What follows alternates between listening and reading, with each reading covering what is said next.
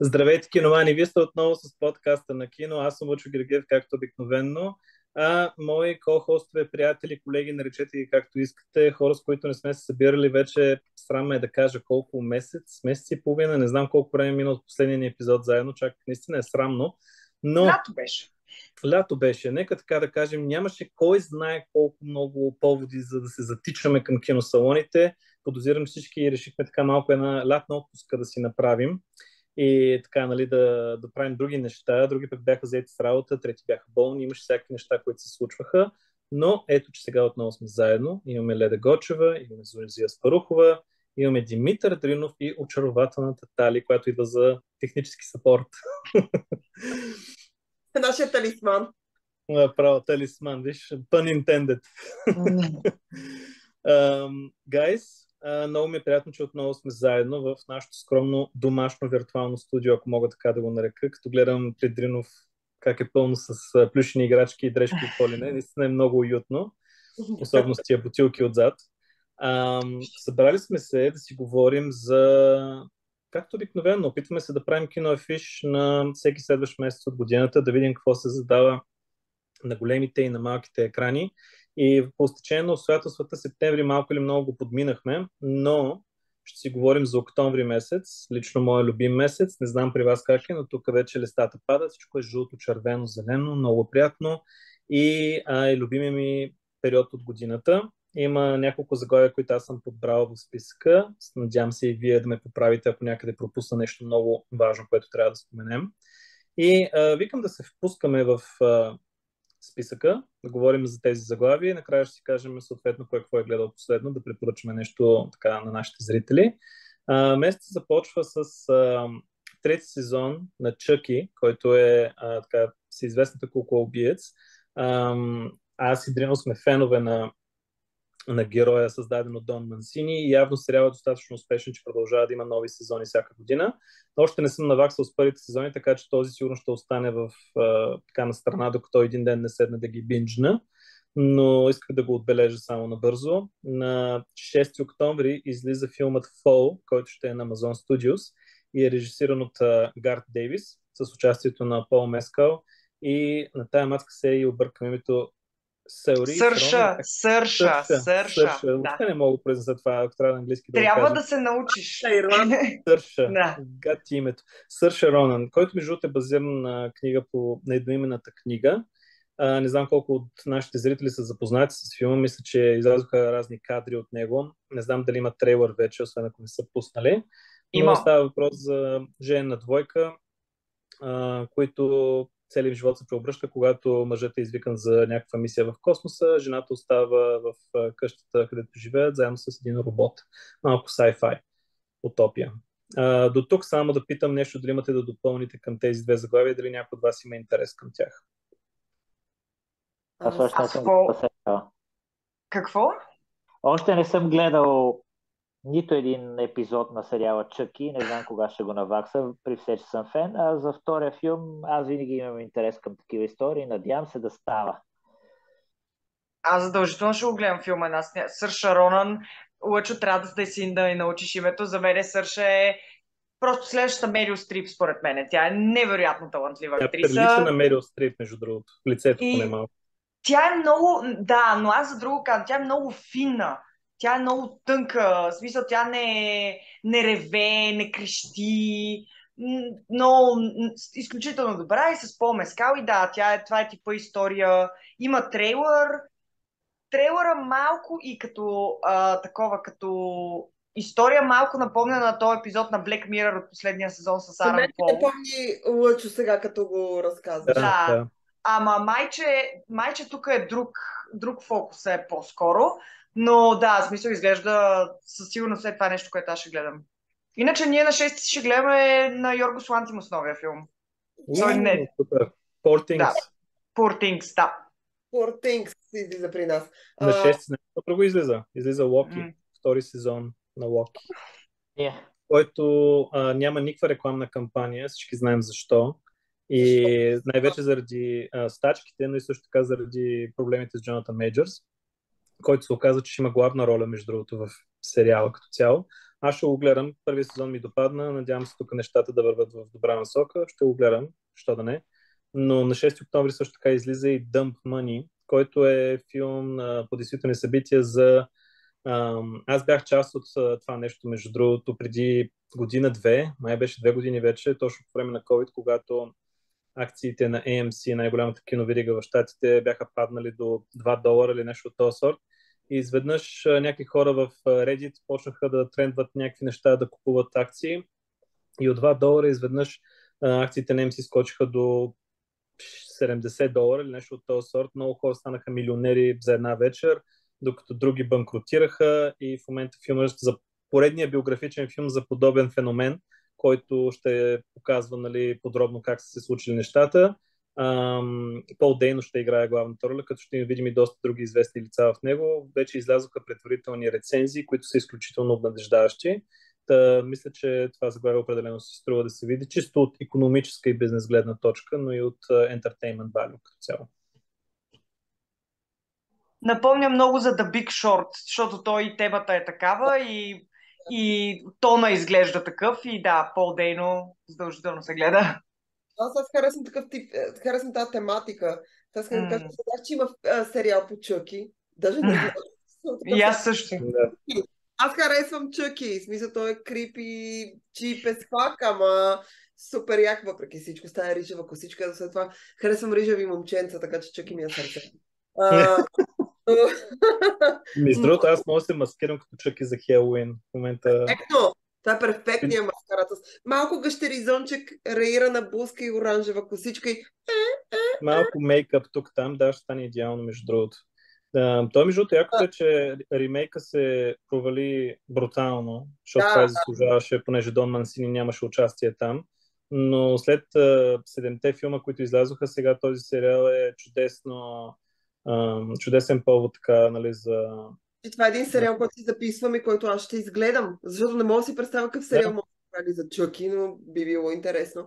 Но за Dump Money аз искам да кажа, че аз гледах трейлера и тъй като харесвам такъв тип за финансови измами и изобщо за кражби на пари, има няколко такива чудесни филма, освен The Big Short. Има един пак по истински случай, само забравих името, с този пич от Секса и града, където те всъщност започнаха да крадат по една стотинка на едната стотинка от акциите. Те работеха в такава фирма. И всъщност накрая станаха милионери. В смисъл, успяха за някакви месеци да съберат тонове пари, никой не ги хвани. Те просто напуснаха, бяха 3 души и напуснаха. И той цялото да се развива в един бял офис, супер смахната корпоративна история, но много яка. Има и един друг филм, който е пак базиран на истински случай на измама. Става въпрос за кражба, за едни момчета, които се опитват да откраднат редки книги и ги хващат, защото най-тъпашки обир на света. И всъщност реалните момчета участват в филма, така че Dump Money е нещо, което очаквам с интерес. Той, между другото, е пореден филм, който излезе тази година, който е на такава биографична тематика за нещо свързано пак така с бизнес и икономика, защото нека не забравяме Air, който излезе по-рано тази година. Имахме Blackberry, който беше страхотен. Сега имаш този филм. Мисля, че имаше и още един, но не се спомням кой беше. Относно Dump Money, аз не знам дали съм ви споделял, то въобще не е захвален или нещо такова, но когато беше пика на това нещо, аз тогава си бях купил към 200 акции от AMC, когато бяха още на $2, защото знаех, че нещо такова ще стане. И изведнъж, когато се случи големия бум, изведнъж си отварям апа и гледам как вътре имам $15,000, нещо от този сорт. И сърцето ми взе да подскача, нали, защото изведнъж, както имаш, нали, $400, значи става 15,000, такъв, нали, почваш да се ентусиазираш. И всички очакваха, че ще отиде още по-нагоре, още по-нагоре. И тъпата алчност ме накара да не се чекирам по-рано и да си прибера парите. Вместо това чаках. Те взеха да падат в един момент. И накрая мисля, че взех около $5-6 хиляди, което пак беше печалба, нали, спрямо това, което съм инвестирал.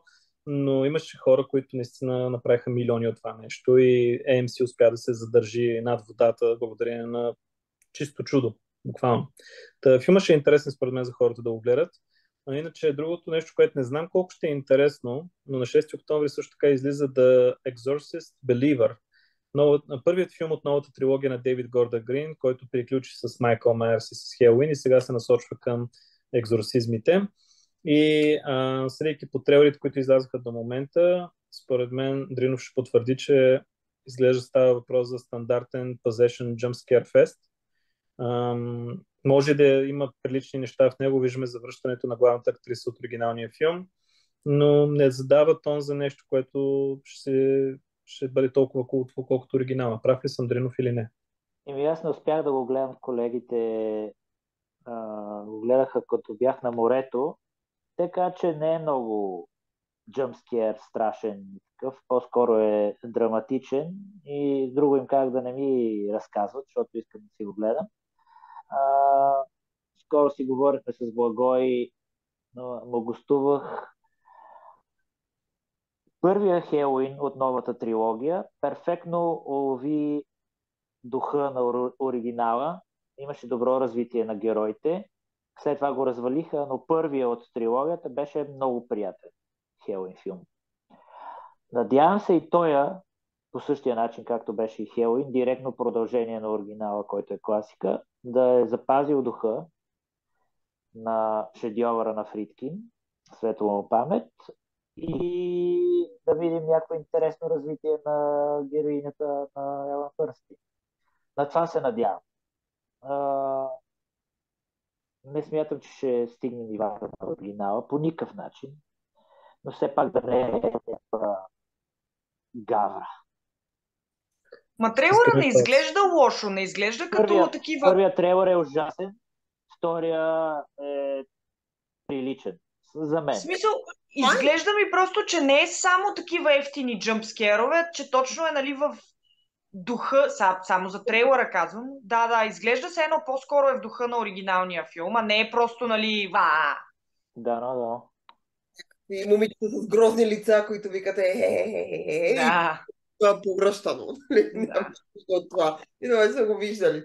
Но да, и на мен ми изглежда прилично, аз ще го гледам този филм.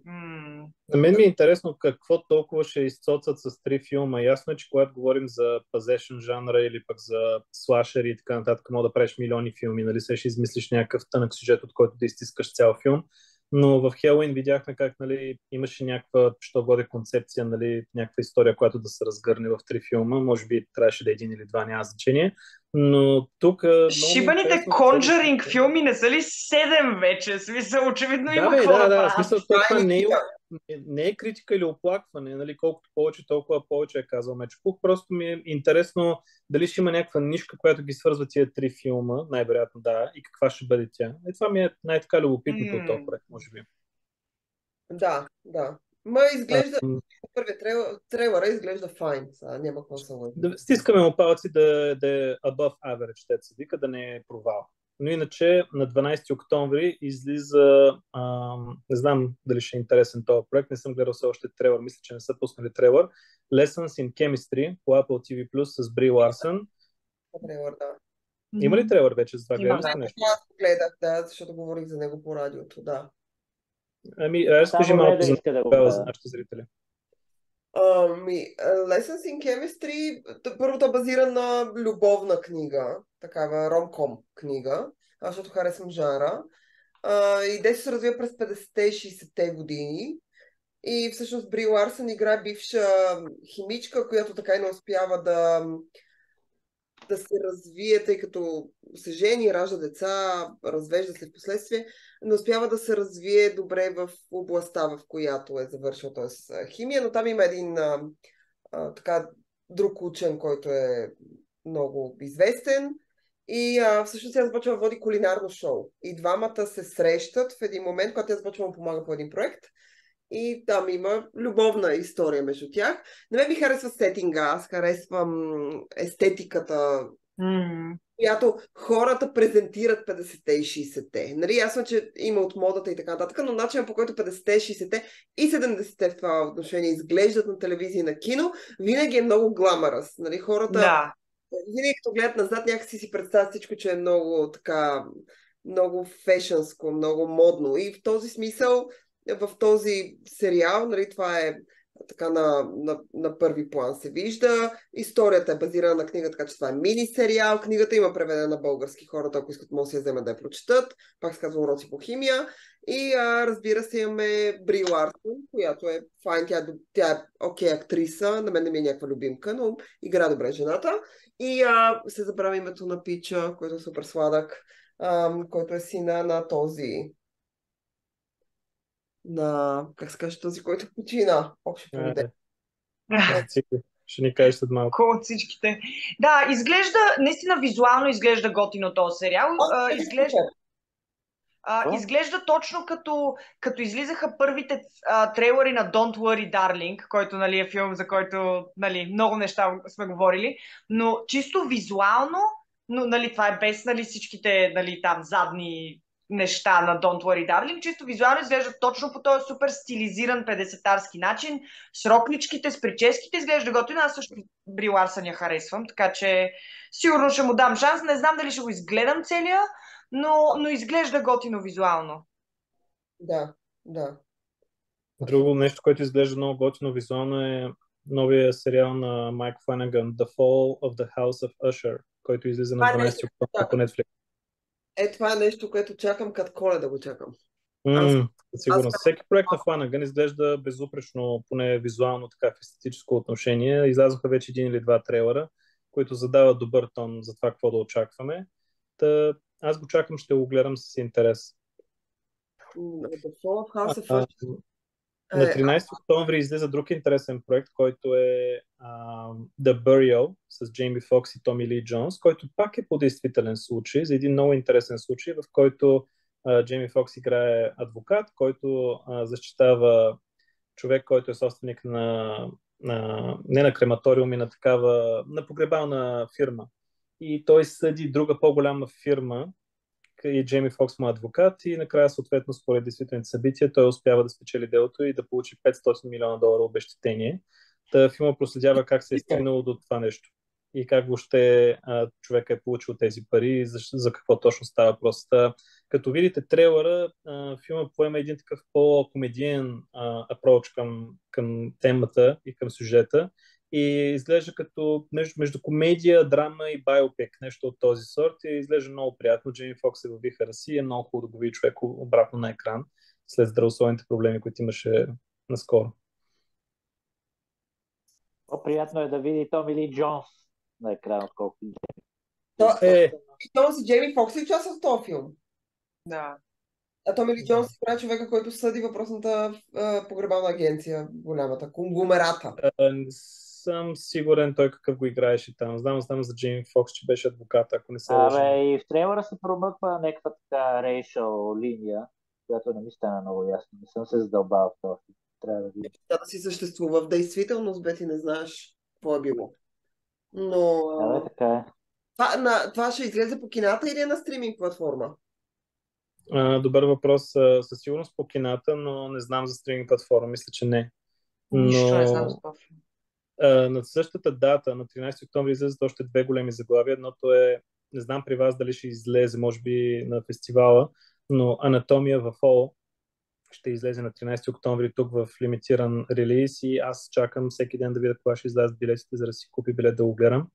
Напомним на нашите зрители, че филма взе най-престижната награда на фестивала в Кан и изглежда изключително интересен whodunit.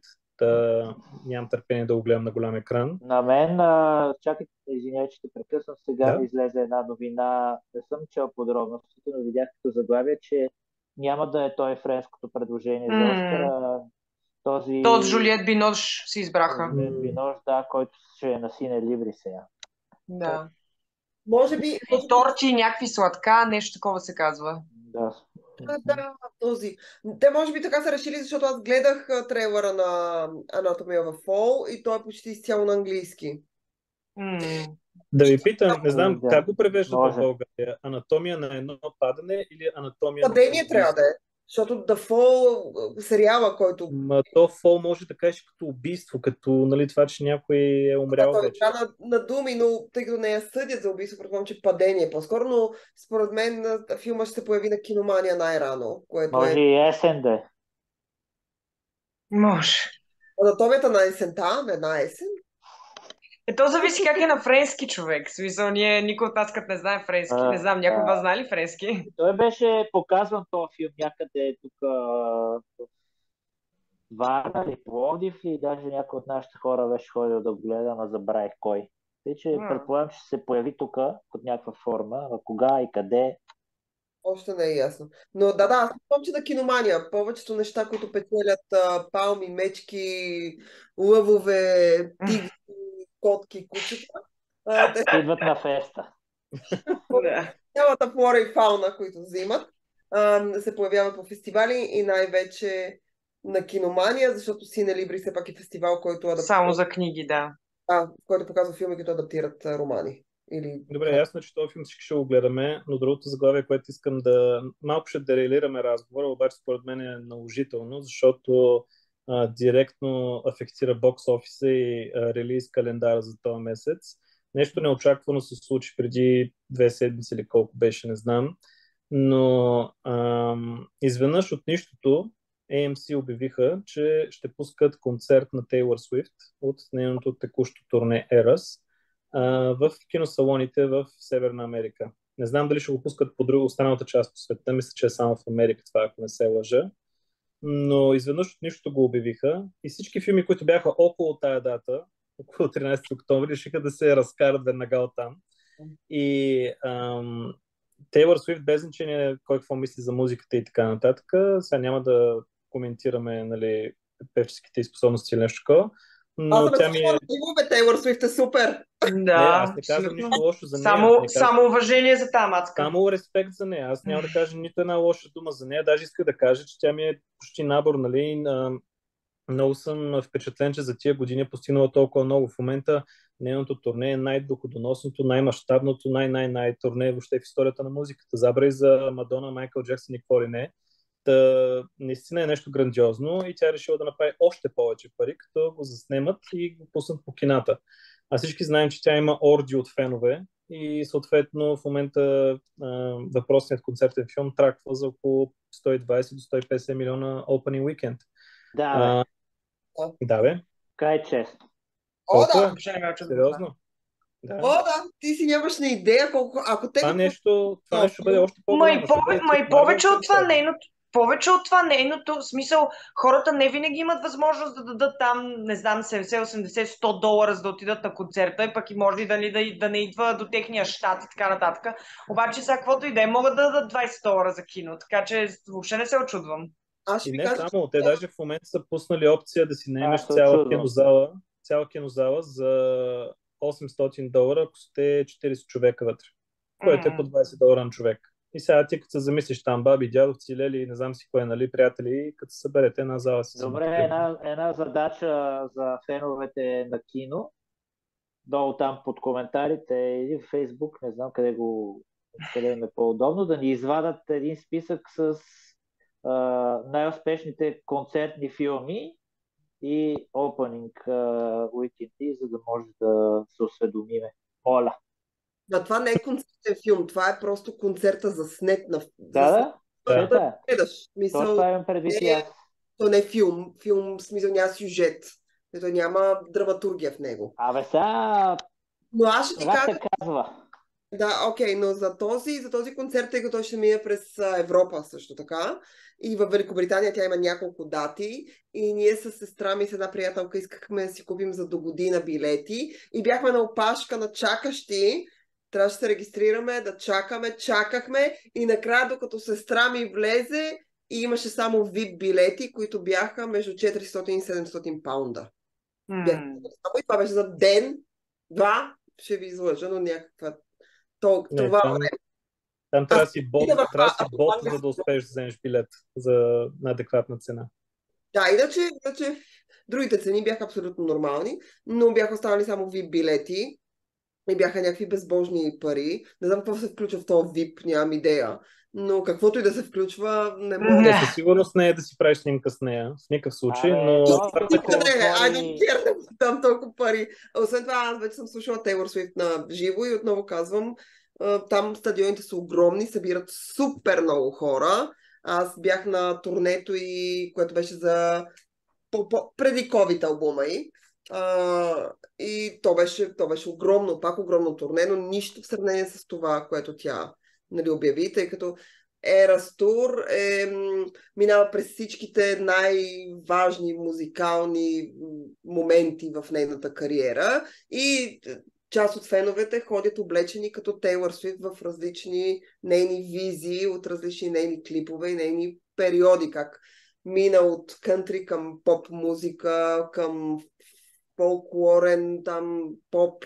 И сега тя спечели на MTV наградите за най-добър поп албум. Мисля, че за награда NSYNC. Добро видео и поп албум и така нататък, да. Но не, в смисъл, както казахме, само респект за нея, просто е изключително интересно да видиш как най-голямата киноверига в Америка въобще не е информирала студията за това решение, изнъж от нищото го пуснаха това нещо и голяма част от филмите се избягаха за по-рано или за по-късно през месеца, за да може да няма competition с Taylor Swift. Интересно е какъв бокс офис ще направи при положение, че тя няма толкова голяма конкуренция в бокс офис. И освен този концерт, за който говорим, една седмица по-късно, на 20 октомври, ще излезе дългочаканият от нас Killers of the Flower Moon на Скорсезе. Не мисля, че има човек, който ще изпусне това заглавие, имайки предвид замесените лица в него. Аз нямам никакво търпение. Някой от вас гледа ли го вече или още не сте? Аз съм го гледал. Обсъжда ли май? Ти май го каза предния път, да, имам някакъв смътен спомен. На мен ми харесва доста този филм. Да. Верно ли? Само това ли ще кажеш? Шокиран съм. На мен ми е интересно, той по принцип е на Apple и всеки път, сега като ходих на кино, като го пускат, нали, то си пише, че е Apple TV Plus Production и ми е интересно, той ще излезе по кината, ще има някакъв релиз по кината и след което ще се появи в Apple или това ще се случи някакси паралелно? Той ще седи 2 седмици или 3 в кината и после ще излезе по Apple TV Plus, ако не се лъжа. Или месец е колко, не знам какво са се договорили там, но това е идеята като цяло. Да, защото си Apple все пак.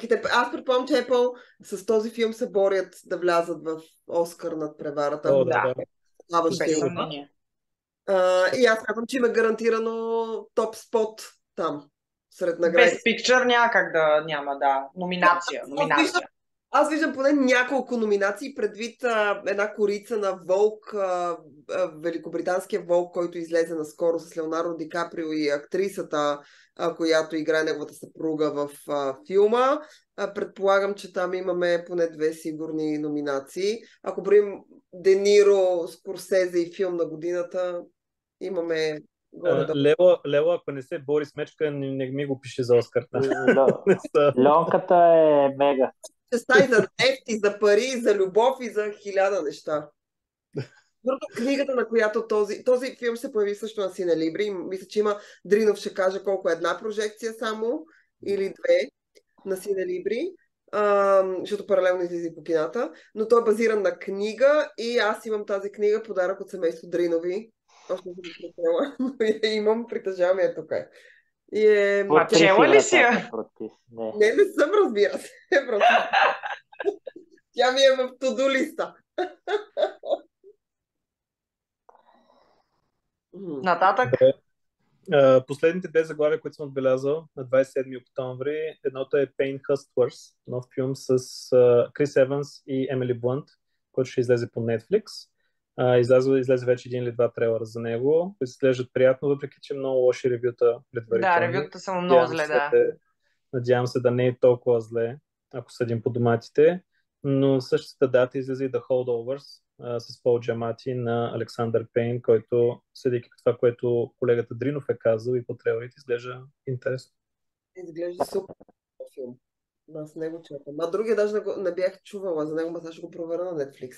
Но не съм Той е с Емили Блънт и Крис Еванс и изглежда сладко. В смисъл, то от тия филми, където тя е изключително направена. Така се гримирали, че ми напомня... Помниш ли Тилда Суинтън в един абсолютно безобразен филм с Ейми Шумър, където изглеждаше не като себе си? Беше цялата супер гримирана и като някаква кукла Барби беше. Някой от вас помни ли го това? Филма се казваше Трейнрек. Трейнрек, мисля, че. Да. И Тилда Суинтън играеше шефката и я бяха направили по един такъв начин, по който Тилда Суинтън никога не изглежда. Смисъл точно като кукла Барби. Смисъл с една руса коса и една такава пластмасов грим се едно. И Емили Блънт изглежда така в този филм, а то си има причина, нали, защото има и кадри, където защото е някаква самотна майка и започва да предава лекарства и цялата... Това е поредният филм за опиоидната криза в Америка, но този е, нали, комедиен поглед, такъв сатиричен, леко върху тия, които реално продават лекарствата. Те са, нали, ревюта са много лоши и в Metacritic, и в Rotten Tomatoes, навсякъде. Обаче аз със сигурно ще го гледам, защото аз аз ще го гледам 100%. Не ми пуха кой какво ще да казва. Видали Крис Еванс, гледа се задължително, т.е. някаква козе брадичка е пуснал там, ама режисьора е Дейвид Йейтс, който до последно време се занимаваше с Хари Потър, щуроти, пък сега това е нещо различно, така че ще се гледа при всички положения. Въпросът е да е толкова зле. Това не е ли, тъй като има един сериал, аз съм си го сложила да го гледам, така и не съм стигнала до него, който е с Матю Бродерик, пак е на Netflix и се казва Painkiller. И всъщност този сериал разказва... Те са няколко, имаше пък един Dope Sick с Майкъл Китън. В смисъл, те са няколко такива. Да, то с Майкъл Китън не чу за него. Този е пак за опиати и изобщо за фармацевтичните компании, които зарибяват хора да взимат опиати, да се пристрастяват и да им се разказва играта. Да. Това беше този с Матю Бродерик сериал, той получи много хубави ревюта, четох много хубави неща за него и целият му сезон е наличен и аз само му се каня в един момент да седна, защото са 6 епизода, 7 епизода, нещо такова. И стръжкаме е така. Добре, мисля ли, че има нещо, което съм изтървал в списъка или съм покрил всичко? Има ли нещо, което случайно ви искате да допълните? Тя Леда вече каза Клети създания, който при нас... Да, той де-факто ще получи само една прожекция в София на 6 октомври, след което ще си излезе. Дринов ще каже кога? Януари? Януари, да. Мисля, че да. Да, иначе януари, след това ще появи по кината. Така че по принцип може би е редно. И разбира се, в България през октомври тече Сине Либри с пълна сила и хората, които обичат не само фестивално кино, но и кино, което е френско, испанско, италианско, със сигурност трябва да го посетят. Лъчо не спомена любимият ти Сол 10. Той сега 29 септември излиза. При нас е октомври. Така ли? Ми извинявам. Аз си запазих билет, сега ще ходя на 29 да го гледам, но при вас явно излиза октомври месец, така че да, убийствен пъзел 10, който е фен на поредицата. Дринов, дето си говорихме с Джон Дейвид Вашингтон, The Creator, той не излиза ли той са октомври? Creator е сега тази седмица. Той е сега, окей, добре. Тоест, днес какво сме? Петък? 22.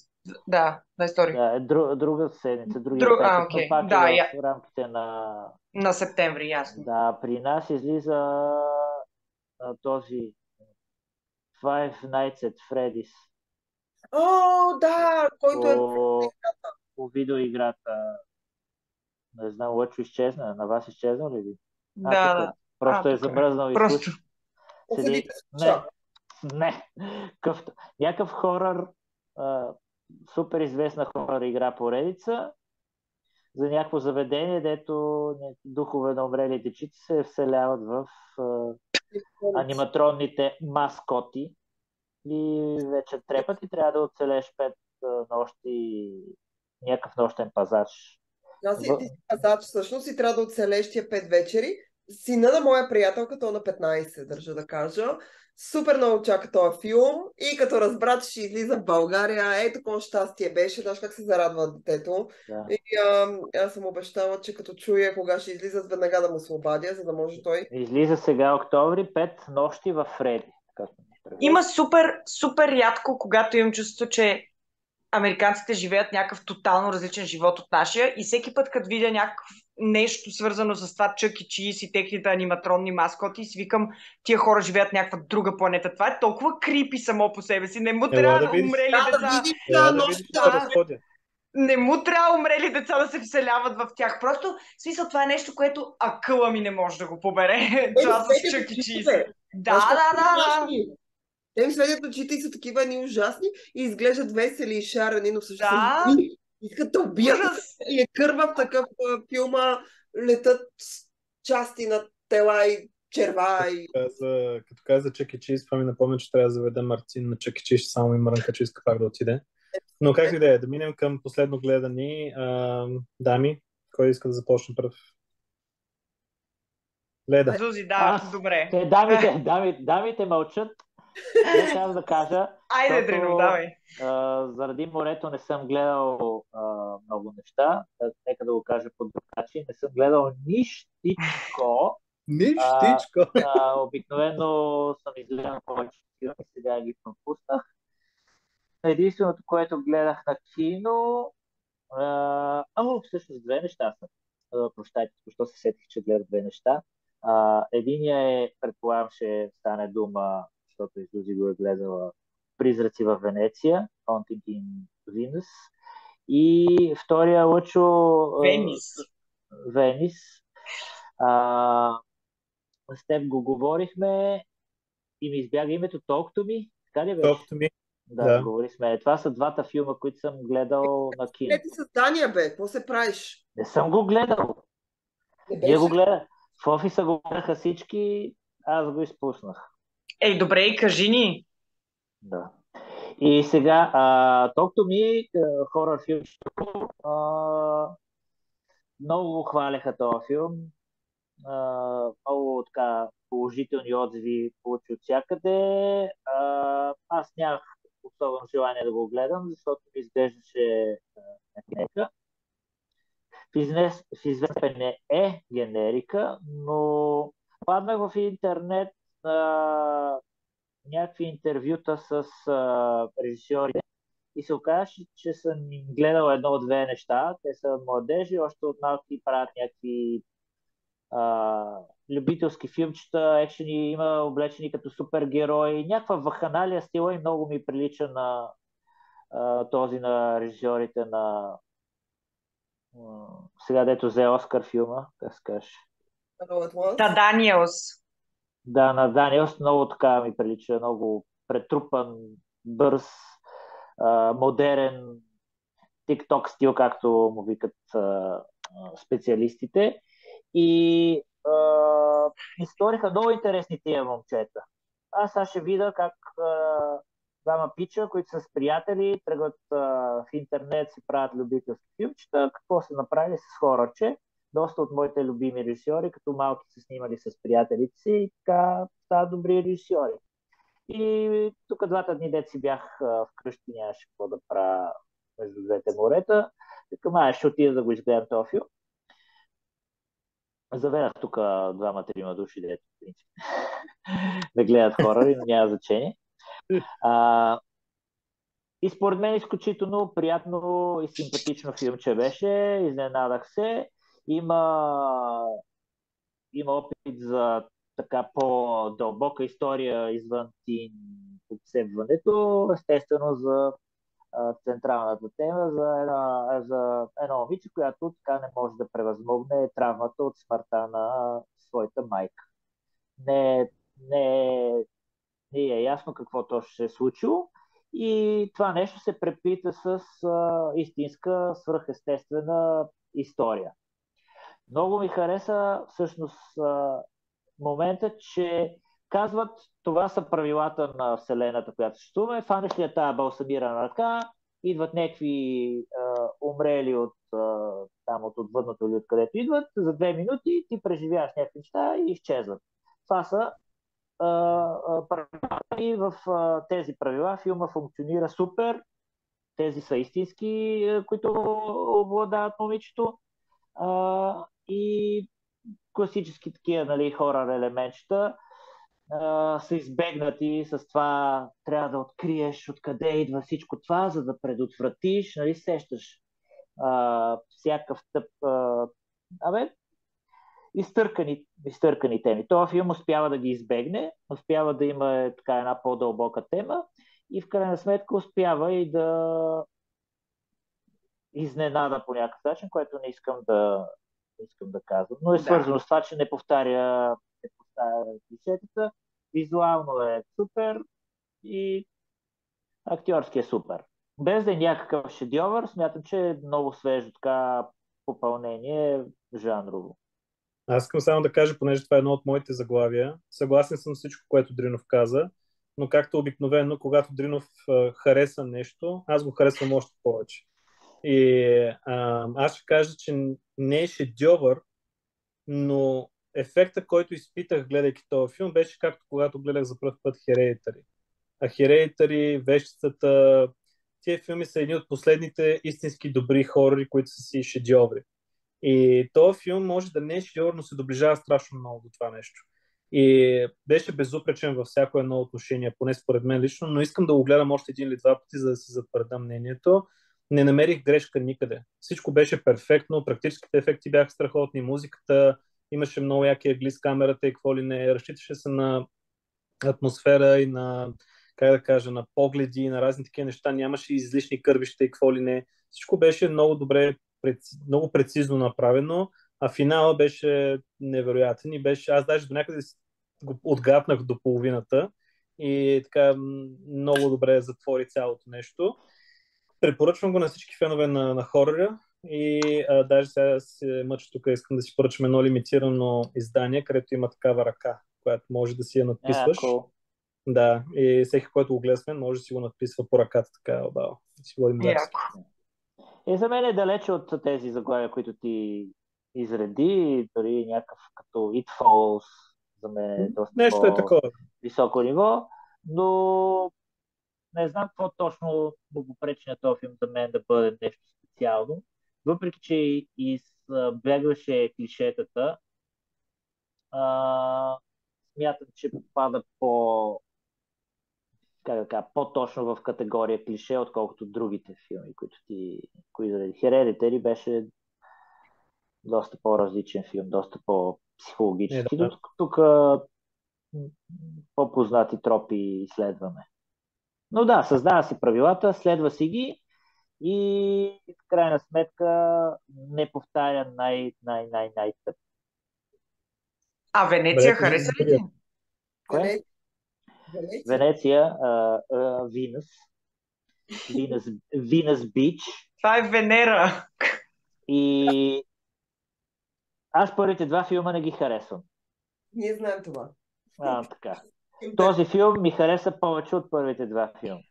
Това го слушах и в някакви други подкасти, че той е бил най-добрият от трите, което е много впечатляващо. Така, значи, урязали са им бюджета, вече няма пари за някакъв размах и за специални ефекти в Египет, които изглеждат отвратително, да няма нужда от тия неща, да скачаш по някакви. Също Ориент Експреса да слезеш. Част от излишната театралност на Ориент Експрес липсва тук. Компрометиран филм, защото изрязани хора, правени както и де. Този филм ми хареса, че беше много приятно, малко худънече, нека така да го кажем, в затворено пространство. Венеция изглежда прекрасно и аз останах впечатление, без да съм го проверял, мога да съм в грешка, но останах впечатление, че са го снимали на локация и имам чувството, че това, че не могат да се развихрят наляво и надясно много с камери, е така предразположило използването на интересни ракурси. Ако е снимал в декор, евала. Значи този път Кенет Брана се е напълно малко да го марне режисьорски. Много интересни ракурси, много интересни така акценти от изкуството венецианското се появяват. Самата история не блести с нещо, но Зузи се беше оплакала, но на мен много ми хареса, че свръхестествения елемент, който принципно няма място във филм на Пуаро, беше много сериозно застъпен, без да присъства реално. Не знам дали може да разберете какво искам да кажа. Хареса ми този елемент и това противопоставяне на тази на дедукцията или индукцията, не знам коя работи Еркюл Пуаро, с има нещо отвъд, има нещо, нали, нашия разум, не дей така. Битката по време на развитието на самия филм работи.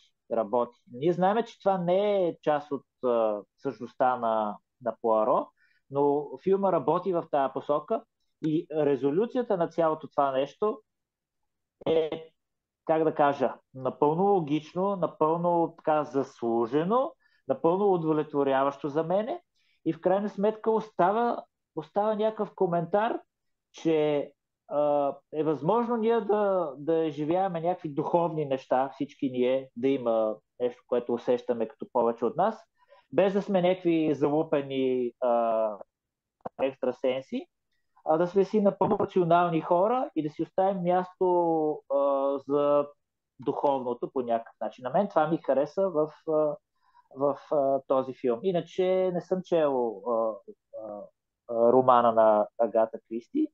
Знам, че няма много свръхестествени елементи, но за целта, която си беше поставил Кенет Брана, за филма, който иска да ни разкаже, ми дойде много приятен, Шекспиров, нали, предвид Брана, добре композиран, добре заснет, приятен. И след това казвам 7 от 10, мисля, че мога да му дам по добро настроение. Много е интересно. Аз очаквах, че то ще е най-зле от трите, пък се оказа, че е най-добър според Той тебе. не е хубав, но ми хареса повече от другите. 7 от 10 си е хубав. Не, Това е но така, от мен дори да е, ама дори да е просто ентертейнинг и така нататък, това, че няма нещо, което е отявлено дразнещо за трети филм в поредицата защото според мен Ориент Експрес беше... Чакай да те прекъсна, извиняй. Ще ти кажа 3 от явно дразнещи неща. Тина Фей е нетърпима. Абсолютно. Нетърпима е просто. Има пълно с ужасяващи неща във филма, спокойно. Той мога малко да ви го оверселнах, но аз бях, защото отидох да гледам поредната тъпотия, третата поредна тъпотия. Ориент Експрес не беше обидно тъп, но беше потенциала му според мен не беше реализиран. Беше скучен, нямаше нищо. Трябваше там да се развихри. Имаше един готин кадър вътре.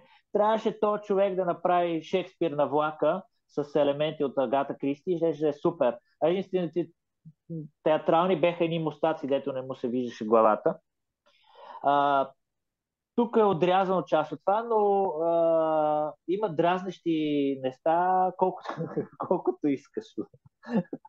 Не е само тифе. Има и сюжетно, но няма смисъл да влизам в подробности. Не дей.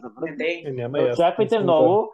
Не бих казал, че е хубав филм, но беше изненадващо приятен за мен на фона на предите. Гледах някакво худънет, последните худънити, които гледах, все не ми харесаха. Там вижте как бягат. Подскажи ми с още някакви такива. Глас Соня, не ти ли хареса? Не съм го гледал. Сигурно няма и да го гледам втория. Окей, филмче. Окей, добре, Зузи. Окей, аз тук ще започна. Аз също имам 2 заглавия. Първото е Призраци в Венеция, който е филм. Аз всеки път отивам с свито сърце, когато Кенет Брана филмира Агата Кристи. Първо, нека да кажа, Леда и Лъчо не са гледали този филм. Не сте. Okay. Не знам дали някой от вас е чел този роман, но ако е чел, това няма нищо общо с романа, който сте прочели. В смисъл, нищо. Лошо няма. Сега, това е роман, който е писан много късно в кариерата на Агата Кристи. Поради тази причина, тя вече е 70 годишна там. И повечето и романи в този период са много хаотични, много са блъскани с персонажи, блъскани с убийства, те стават все повече и повече с действието. Аз нямам проблем с това да е ентертеймент, защото творчеството на Агата Кристи предполага ентертеймент. Тя има един много любим сегмент от нейната автобиография, в която тя казва: в един момент започнах да изкарвам достатъчно пари от писането си и примерно правех така. Гледах двора и си казвам, трябва да си направя тук беседка. Колко струва една беседка? Една беседка струва 100 паунда. Окей, за 100 паунда колко неща мога да напиша? 3 разказа. Окей, трябва да напиша 3 разказа. Написвам 3 разказа и имам беседка в двора. Беседка. Тя е изключително ентертеймент и тя е изключително практичен човек в работата си. Но тя просто пише добре, тя просто умее да пише. Това, което Кенет Брана не умее, той умее да снима, но той не умее да построява худънец сюжет. На него това му куца и това си личи още от Убийство в Ориент Експрес. Това личеше много силно в Смърт край Нил, това си личи и тук. Това, което той е запазил в Призраци в Венеция от оригиналния роман, е единствено името на жертвата и кой го е направил. Това не е недостатък на филма. Това не е недостатък на филма. Той се е лишил от няколко елемента, които са част от мистерията. Не искам да ви издавам нищо, защото не е готино. Няколко елемента, които всъщност се правят много по-плътна, много по-любопитна, тъй като празникът на Всесвети е общо касапница, която се развива в едно малко селце, в което Пуаро отива и там се стеле в смисъл, те са приема 5 убийства, които в един момент той разследва. Кенет Брана, колкото повече придава човешки вид на персонажа, който играе, толкова повече той се отдалечава от това, което Агата Кристи е писала. Тя, защото Дрин спомена вярванията и такива неща, в нейните романи винаги присъства темата за вярата, защото тя е вярващ човек, тя е кръстена, тя вярва в Бог, тя ходи на църква, нейните персонажи са такива, по-голямата част, тя много често цитира Библията и в романите си, и в биографията си и така нататък. Но за сметка на това, тук, колкото по-нетеатрален е Пуаро на Кенет Брана, тук той не е слава на Бога, защото с предишните две причина е някаква карикатура, което е нередно и нечестно. Толкова повече той се отдалечава от това, което в крайна сметка иска да направи. Аз нямам проблем сам по себе си този филм да е забавен, но нека той да не е базиран на Агата Кристи, защото той не е. Защото той не е този роман. Независимо как той го продава. Аз разбирам, че той иска да го продаде, защото Агата Кристи продава и ние знаем, че тя продава. Само, че ако този филм излезе и се казва, той не се казва като романа, казва се по друг начин. Просто ако се появи този филм и не е Аркюл Пуаро, е някакъв Господ Петков, и го направите и ще кажете, гледай ви, тия нещастници как са откраднали сюжета на Агата Кристи и даже не са си признали.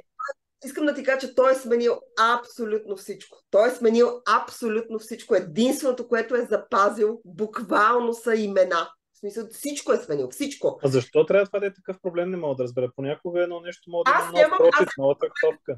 Аз ще ти кажа, че аз нямам проблем, защото той в Смърт край Нил беше сменил много неща, с изключение на мистерията. Всичко друго беше променено.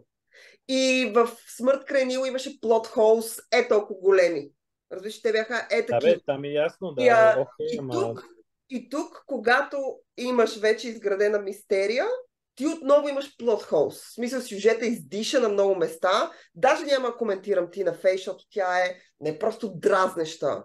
В смисъл, тя е не карикатура, тя е друг жанр, тя участва в някакъв друг филм. И те просто са взели и са сложили там и са нарекли по някакъв начин. Тя е в друг филм, тя не участва в този филм.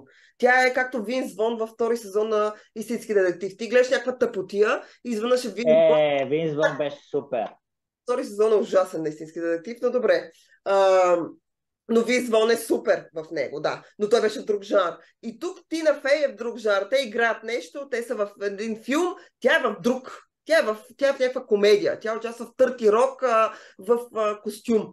Аз нямам проблем с това да променяш неща. Първо, защото хората познават. Мисля, ние говорим за някаква литература, която е класическа общо взето. Хората познават тези истории, тези сюжети. Аз нямам проблем с промяната им. Но когато променяш нещо, то трябва да обслужва сюжета, то трябва да обслужва това, което ти правиш. Ако ти правиш филм по Агата Кристи, обслужи това, махни елементите от литературата, които не ти служат, но когато ти променяш всичко, не го кръщавай филм по Агата Кристи, кръсти го, както прави Райан Джонсън. Райан Джонсън също във всичките му филми, в двата Въди ножовете, има елементи от Агата Кристи, той е взимал така, с черпака е крал и е плющял там. Няма лошо в това. Когато ние гледаме 10 малки негрчета за енти път, разказана тази история на хора затворени на едно място, един по един избивани, ние знаем на кой е базирано. Нали, ние не си казваме кой ли го е измислил? Това не знам кой го е измислил. Но ние не си казваме, той откраднал Агата Кристи, той не казва, аз тук адаптирам 10 малки неграча, той казва, аз си правя... Мазузи, звучи сякаш имаш някакъв биф с Кенет Брана и с това какво прави. Аз не понасям. Добре, имам само един въпрос. Това би било много така неразумна, ами важна критика по отношение на ако се променя идеята на книгата, на това, което тя иска да ни каже. Най-прост пример, сещам се на Сиянието, филма и книгата, нали, съвсем различно усещане и там има различен финал. Стивън Кинг не харесва филма по определени причини, но това не променя факта, че Сиянието е шедьовър, въпреки че е нещо съвсем различно от книгата. Не баш съвсем различно, но различно. Различен това може да бъде legit критика. Например, аз сещам за Аз съм легенда. Там мога да мрънкам защо е променено нещо от великия разказ на Матисън, защото Аз съм легенда, заглавието дори няма никакъв смисъл в филма, в който участва Уил Смит. Като гледаш, това Аз съм легенда е тотална безсмислица. В разказа, в книжката, в новелката, не си спомням какво беше, Аз съм легенда е просто най-важното нещо и е смазващо яко по отношение на сюжета. И това като го няма във филма, аз мога да се подразна. Призраци във Венеция, ако са сменили някакви неща вътре и ако не е променена основната идея на филма, на книгата, аз нямам грижи. Книга дори не се казва така. Всичко е променено. Този филм се казва Призраци във Венеция и във филма се говори за призраци. Да, окей, той заради чудесно. Името. Той затова е сменено. Този филм може да се казва една вечер в Хелуин. Но филма Призраци във Венеция, заглавието има логика спрямо това, което виждаме и спрямо идеята на филма. Това, което аз казвам е, че това не е нищо общо няма с Агата Кристи. Разбираш, не го продавай като базирано на Агата Кристи, на Еркюл Пуаро. Защо? Мазузи, голяма част от хората, които влизат в киносалона, те не знаят, че това е по Агата Кристи. Как не е? Не е вярно. Не, Лъчо, не съм съгласна с тебе. Хората знаят кой е Еркюл Пуаро, особено имайки предвид, че това е трети филм в поредицата. Смисъл, хубаво да го кажеш за първия това, но това е третия човек. Чакай са. Аз изпуснах нишката на разговора и забравих какво точно исках да кажа. Да кажа, няма значение защо.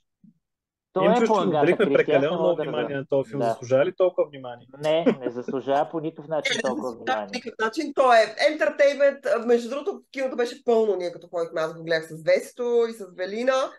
Киното беше пълно. Аз всеки път, като видя Кенет Брана и се изприщвам, като той прави адаптации, го мразя заради това. От друга страна го обичам, защото хората продължават да се интересуват от Агата Кристи. Тя продължава да е третия най-продаван автор в света. И какво да ви кажа? В смисъл, това няма... Белфаст хареса ли ти много бързо? Доста ми хареса. Аз харесвам по принцип. Аз смятам, че Кенет Бран е великолепен актьор. Той е великолепен актьор. Тоест, да, на тебе проблемът ти се разбрах. И добре работи с актьори, добре построява визуално, добре построява сюжети, добре разказва. Има усет за визуализация на сюжети. Той това не само първите, но просто тук нещо... Той някакси харесва Агата Кристи, ама не я харесва достатъчно, така че го прави такава, каквато е. Втория филм, който гледах, и го гледах тази сутрин, се нарича The Ringleader. И е документален филм на HBO, за който ще се разкажа повече в предстоящия епизод на Партньори сред престъпление, но най-общо разказва за, предполагам, че сте гледали, може и да не седе, The Blink Ring на София Копола, който разказва за истинска история от 1900 година, за група тинейджери, които живеят в LA, които започват да обират къщите на известни личности. Обират Линдзи Лохан, Парис Хилтън, Орландо Блум, Рейчел Билсън, всякакви реалити звезди, крадат милиони, тонове пари, бижута, какво се сетите. Ево. И всъщност в един момент те ги хващат. София Копола прави филм и основното звено на тази групичка малко от хора се казва Рейчел Ли, тя е една корейка и всъщност този документален филм разказва за нея. Тя не дава интервюта след като случая бумва. Човека, който ги предава, той е момчето в групата, който отива и разказва на полицията, дава множество интервюта. Една от момичетата си има собствено реалити шоу. Тя така експлоатира славата, докато Рейчел Ли просто влиза в затвора, заедно с още едно момиче от групата, излежава си присъдата, излиза от затвора и никога повече не се, в смисъл, сменя си коса, всичко визия и не се появява повече по медиите. В смисъл, тя просто изчезва. Минали са малко по-малко от 20 години, но сега всъщност е правил документален филм за нея и тя разказва цялата история. Има чатове, коментари, Twitter постове, интервюта с прокурора, с полицая, който разследва, с екипа, който всъщност е работил по случая. И това е първият случай, то толкова феноменален, в който хора използват социалните мрежи, за да обират други хора. Което е феноменално. Това е най-добрият начин да използват социалните мрежи. Аз адмирирам това. Само да не ви хващат, защото ние са ги хванали и в крайна сметка са били в затвора и не се случват хубави неща с нито един от тях. Но беше много любопитен, много приятно, много интересно направен. Нейната гледна точка имаме изцяло към историята.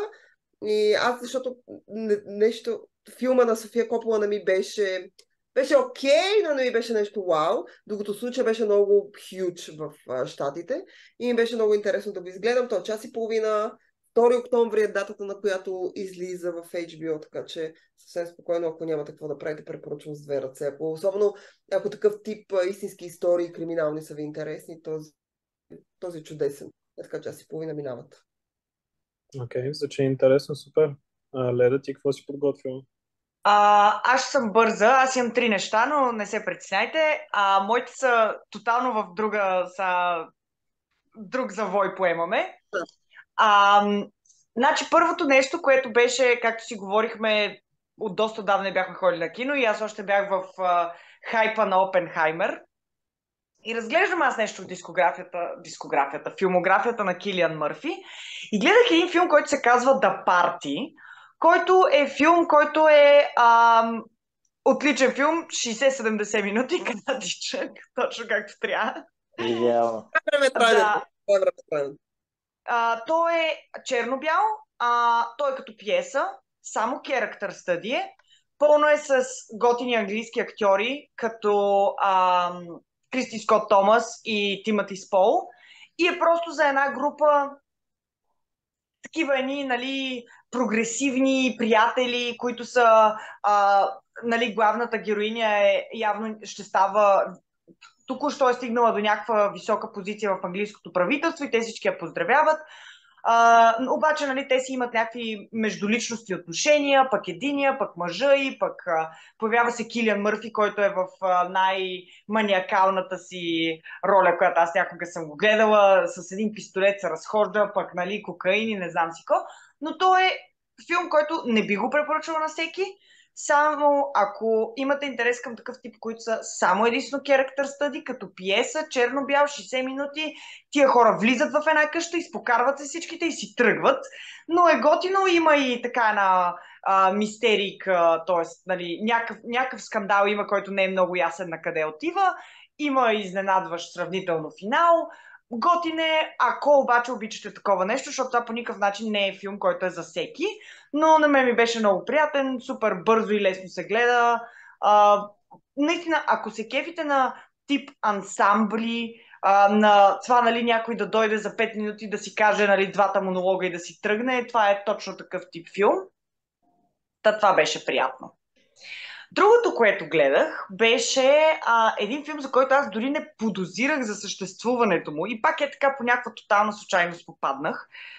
Мисля, че в HBO, който е от 2004-2005 година. с Райан Гослинг и Юан Макгрегор.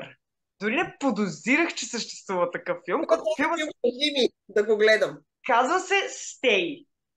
И сега този филм се случва следното нещо в него. Но, преди да ви разкажа за сюжета, ще ви кажа следното нещо. Нали знаете как има филми, които всичко е супер, супер, супер и накрая финалът ти го съсипва? Това филм е обратното. Нищо не му е наред през цялото време, обаче финалът е супер добър. Общо взето... Има такива. Да, общо взето той се разказва за това, че Юан Макгрегор е такъв психолог, терапевт, а Райан Гослинг е някакъв студент, който отива при него, случайно малко, и му казва, аз след 3 дена ще се самоубия. И терапевт, естествено, нали, изключително загрижен от тази работа. И сега ще го спира. И обаче сега, проблема във филма е следния. Значи, ти можеш да имаш в един филм някой, който е нещо преживява някаква психоза и е, нали, така наречения unreliable narrator. Обаче трябва да има някой, който знае какво се случва. А в този филм и двамата са побъркани. И ти в един момент го гледаш и си казваш, добре, те ако и двамата са побъркани и ако и тия неща, които аз в момента ви гледам, нямат никакво значение, какъв е смисъла да се гледа този филм? Защото ако всеки кадър, който ти гледаш, на теб ти се показва, че той със сигурност не е това, което наистина се случва, какъв е смисълът от това нещо? След въобще. Леда, ти като каза за този филм, ме накара да се заровя да видя. Аз съм гледал този филм обаче преди 15 години и съм го забрал тотално от всякъде, но не може да ми прави впечатление, че тотална бокс-офис бомба, ужасни ревю от доматите, обаче пък Роджер Ибърт и Питър Травърс и разни други известни хора го прейзват, нали, с някакви високи оценки. Много интересно. На Марк Фостър и на Дейвид Беньоф по сценарий. Да. Той е абсолютно филм, който някога едно време, като нали, прецъквахме каналите, той е точно такъв филм, където ще прецъкаш канала и ще го видиш. Абсолютно точно такъв филм. Но на мене ми беше интересно, защото първо въобще не подозирах за съществуването му. Юан Макгрегор и Райан Гослинг, естествено, че исках да ги гледам на екран. Но да, супер много фрустрации ми създаде, не знам си какво, обаче хора, финала на този филм е супер добър. В смисъл на мен, може да има много, нали, много обсъждания там, естествено няма да кажа нищо, но на мен финала много ми хареса. Постави ми всичките фрустрации, които до сега съм имала с филма в друга светлина. И реално, сега, аз не смятам, че както, нали, един силен филм с лош финал тотално инвалидира силния филм до тогава, но все пак, нали, ти разваля, така и този филм не смятам, че силният финал изведнъж прави филма силен. Не. Той докато върви имаш много оплаквания към него, но наистина финала прави филма и за мен това си струва да се спомене. Добре. И така, третото последно нещо, което искам да кажа, понеже е супер такова топикъл и на дневен ред, е втория сезон на The Bear. Аз не си спомням с някой от вас, говорили сме си за The Bear. Аз само казах, че искам да го гледам, но не съм го почнал още. И аз не съм, аз харесвам. Аз гледах 2 епизода и половина и трябва да се насила да гледам още. От първия или от втория? От първия. Бавно тръгва The Bear, ама като тръгва. Така, първия сезон, това между другото обсъждах с Пачето. Пачето е голям фен на първия сезон. Аз първия сезон го изгледах, беше ми супер, много приятен, много интересно сниман, супер, обаче не ми беше нещо. То втори сезон, хора, значи аз отдавна не съм изпитвала толкова много чувства, докато гледам сериал. Има един епизод, който е такъв флашбек, коледен епизод, цялото семейство е заедно на Коледа. Този епизод реално ми създаде anxiety. В смисъл, създаде ми вътре в мене чувство на някакво неудобство и да се чувстваш недобре и това, че си затворен в тази къща с тях. След това има един епизод, който буквално ще те разреве всеки момент. След това има един епизод, който те кара да чувстваш цялата радост от живота и от хората, които правят нещо, нали, което обичат и са се отдали него. Втория сезон е просто страхотен, изключително много препоръчвам, особено на хора, които са изгледали първия сезон и ви е харесал или горе-долу ви е харесал. Втория сезон е страхотен, много го препоръчвам. Аз четох, че е втори сезон. Моля? Четох, че втори сезон е по-добър от първи. Да. И дори не говоря, той стана много известен заради това, че защото първия някакси стана много любим на разни актьори И във втория има много кемиота. И кемиотата са готини, наистина там са. Обаче просто самия сценарий и това как са го направили е просто... Аз си признавам, че отдавна не съм имала толкова емоционална реакция към сериал. В смисъл, отдавна. Много го препоръчвам. Ще почна да го гледам, ще видим кога ще е и той списъка. Има много неща в списъка и аз нали, бях подготвил няколко заглавия. Радвам се, че Дрино спомена то, като мита го обсъдихме вече, но има едно заглавие, което всички хора, всички наши зрители, много хора ми казват, че трябва да го гледам и се не стигам до него. Обаче сега последните 2 дни бях болен и седа на легло цял ден, не мърдам, нищо не правя. И викам, айде ще почна нещо такова. И става въпрос за Еуфория. Най-после почнах, изгледах първия сезон. Вчера го изгледах за един ден, целия. И днес почнах втори сезон. Много ми хареса. Между двата. Моля? Това спешъл епизоди. Не съм ги гледал тия 2 спешъл епизода, не знам дали са на HBO, трябва да погледна дали са качени или не там, но то, защото като свърши първи сезон, директно на втори ме прехвърли, но ще ги изгледам и тях евентуално.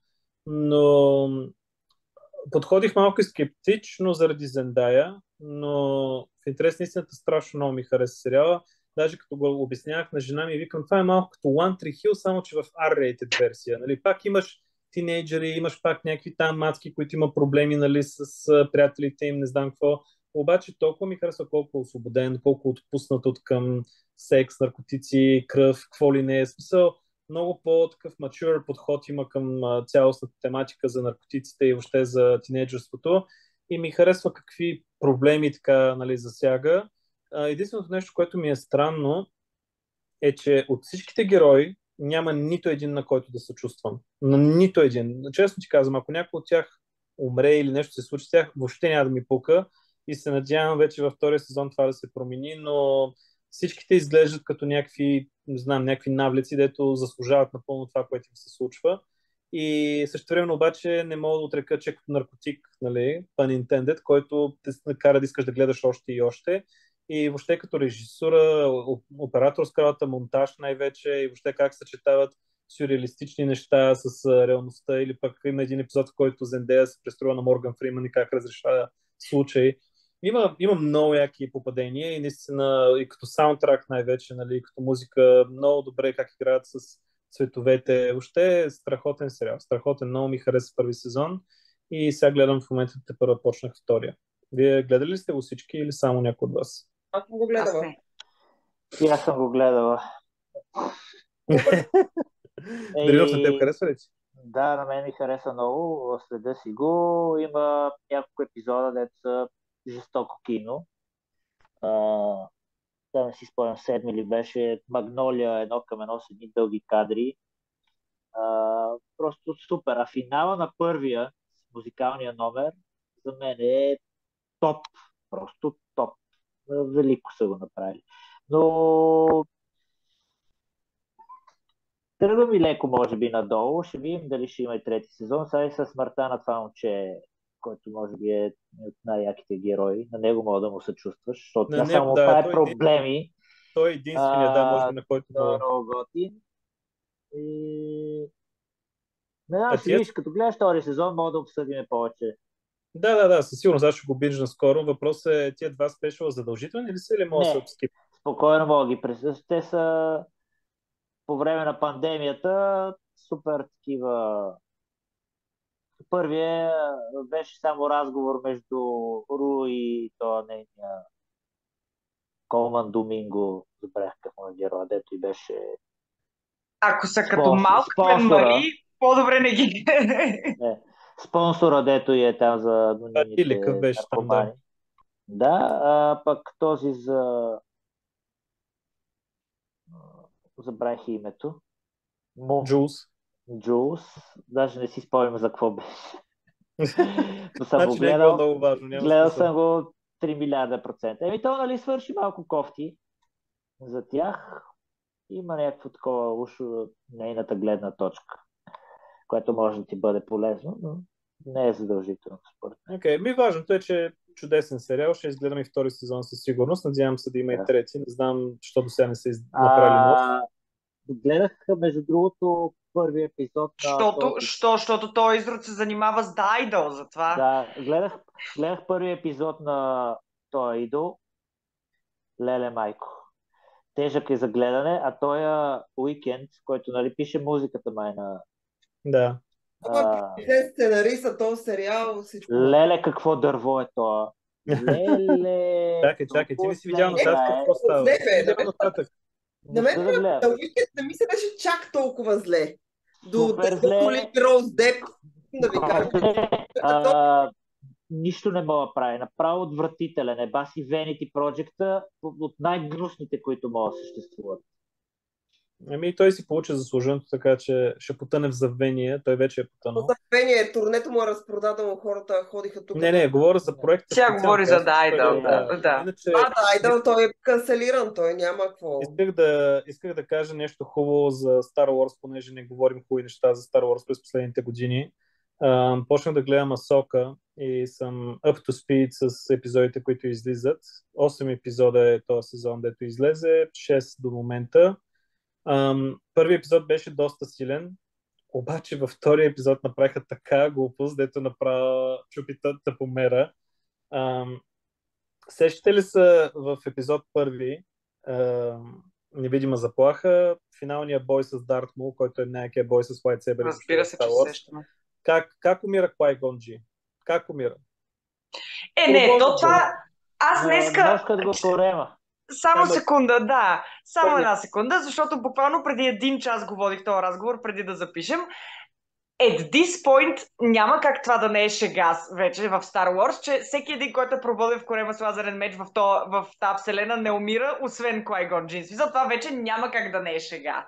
Те го правят толкова често, че... Те го правят толкова често, че... Много мрази тия работи. Значи, нали, няма да спълваме за Асока, обаче има един герой, който го пронизват, ама на ключово място в торса. Следващия момент за Кърпилия, тя става, ходи вече се отраскали, разбираш ли? В Оби-Лан имаше 2 такива герои. Смисъл, те наистина според мен го правят нарочно. Аз не съм гледал, извинявай, че те прекъсвам, искам да чуя за Асока, само едно нещо да питам. Ти изгледа ли Андор? Не съм. Исках първо Андор да изгледам, обаче излезе Асока и най-първо това ще изгледам, но искам и Андор да изгледам. Може би ще изчакам втория сезон на Андор, за да ги изгледам на един път. Но Асока ми беше интересно. Росарио Долсън е спот-он кастинг, перфектна е. Мери Елизабет Уинстед участва там също и прави добра роля. Има много яки друиди, развиват вселената с всякакви странни същества, с нови локации, планети. Имаш стари дестройери, за да не спомням, връща се един много важен ключов герой от оригиналната трилогия. Имаш Lightsaber двубой, които са много интересни. Сега кой знае кой се връща? Спойлер, кой се връща? Анакин.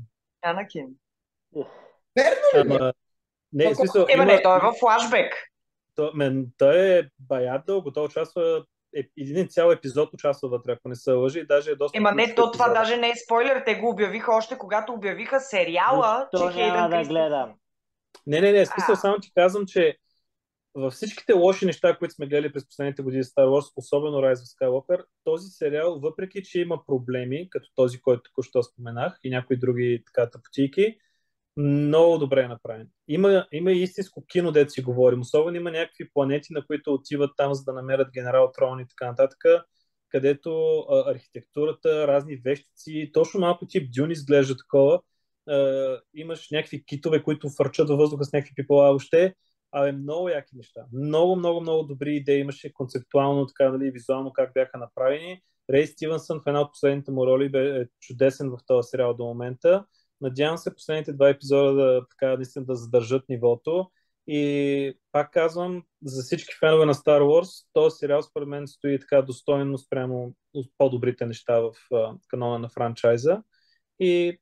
Аз ще го гледам със сигурност, сори, че ще прекъсвам пак, но да, чакам го да излезе целия, точно защото, примерно, Mandalorian сезон, 3 сезон, като го гледах седмица по седмица и просто след 5 епизод и просто бях, не мога да занимавам с тази простотия вече. Мисля, че като излезнат всичките... Да, като излезнат всичките ще ми е по-лесно, но истината е, че ето ти не си гледал Андор и аз затова те попитах. Андор е великолепен, в смисъл страхотен сериал. Просто го казвам за хората, които като, нали, повечето от нас са малко, нали, даун на Star Wars в момента. Супер е, че Асока ти харесва. Аз също ще го гледам със сигурност на следващия епизод и аз ще имам да кажа нещо за него, но в смисъл гледайте Андор, хора.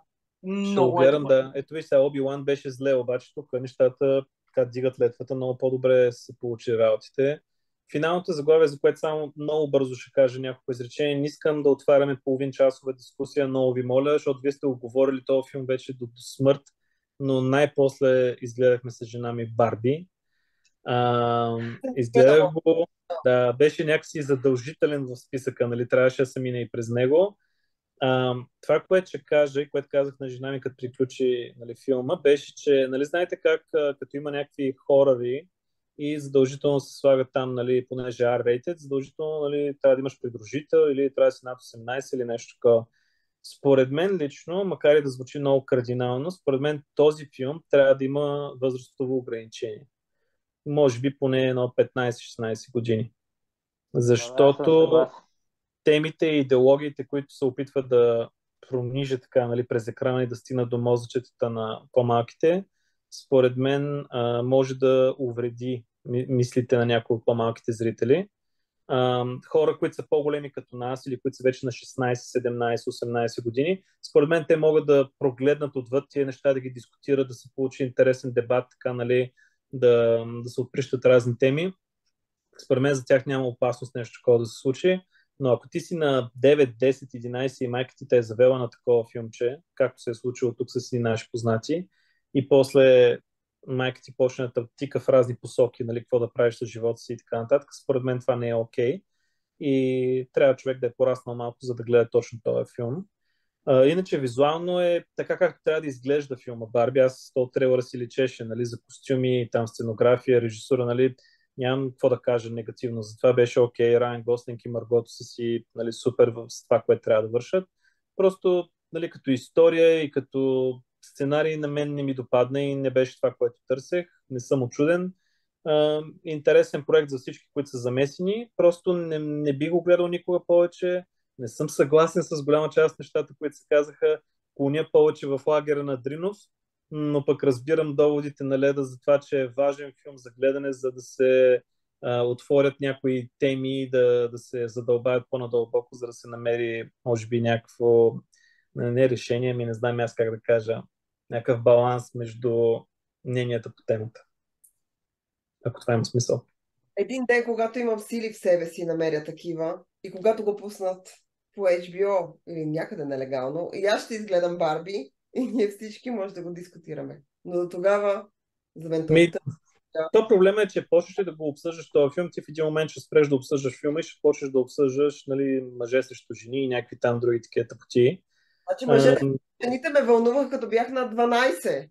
Разбирате ли? На 15, да кажем, максимум. Това беше смешно. Ма сега вече сме възрастни хора. Аз точно това щях да кажа, че параграф 22 в тезата на Лъчо е, че ти казваш, че трябва да не го гледат под 15 години, а този филм би бил интересен само на 15-16 годишни, защото това му е нивото на тезата и малко става сложно.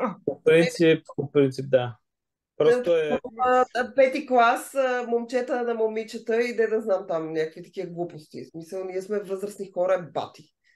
Нали? Това, което мен най-много ме отблъсна и което той и жена ми да е, нали, като жена, нали, тя като го гледаше, че филма буквално започва с голям стейтмент, който ти казва, че, нали, има различни видове кукли Барби, различни професии и така нататък. Едното Барби е президент, другото е, нали, в офис работи или пожарникар или нещо такова. И Барби може да е всичко. Нали. Това дава силата на една жена да приеме всякаква роля в обществото, едва ли не, което е чудесен стейтмент, нали, за куклите като играчки и за филма. И следващия момент на финала на филма те ти казват, чакай сега, ако от тебе не стане нищо от този свят, окей, файн. Стой си вкъщи, бъди инстаграмър, там инфлуенсър или нещо такова, нищо няма да правиш, има който издържа, спокойно, всичко е наред. Смисъл, тотална антитеза на всичко, което си гледал до сега във филма. И това не е единственият проблем, просто е много от проблемите, на които аз лично се натъкнах и не ми допадна как го развиваха цялото това нещо. Но, така. От кой филм беше, дето казва на момичето?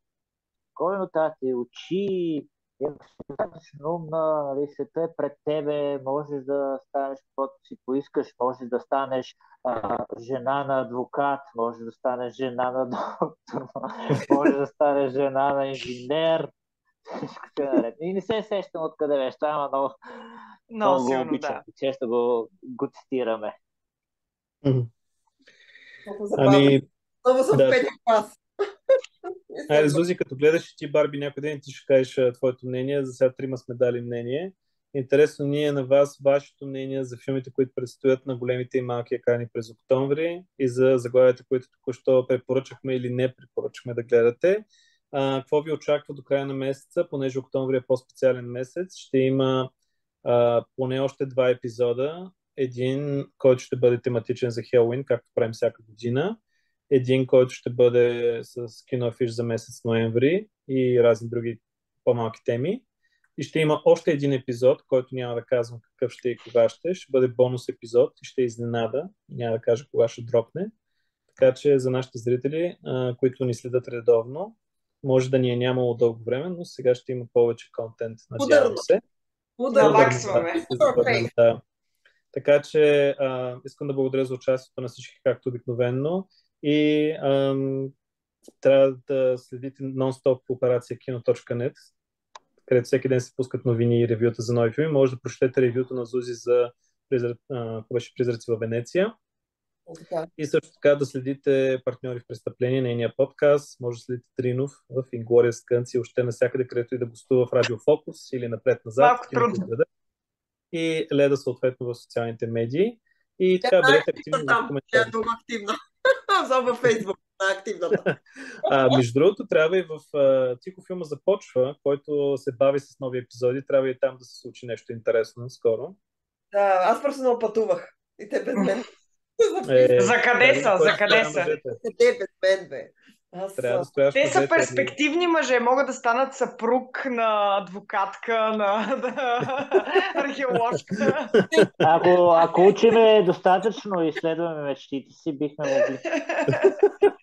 Аз следвам своите мечти и в моите мечти аз съм съпруга на... Не е професия, аз съм съпруга на Майкъл Фасбендър.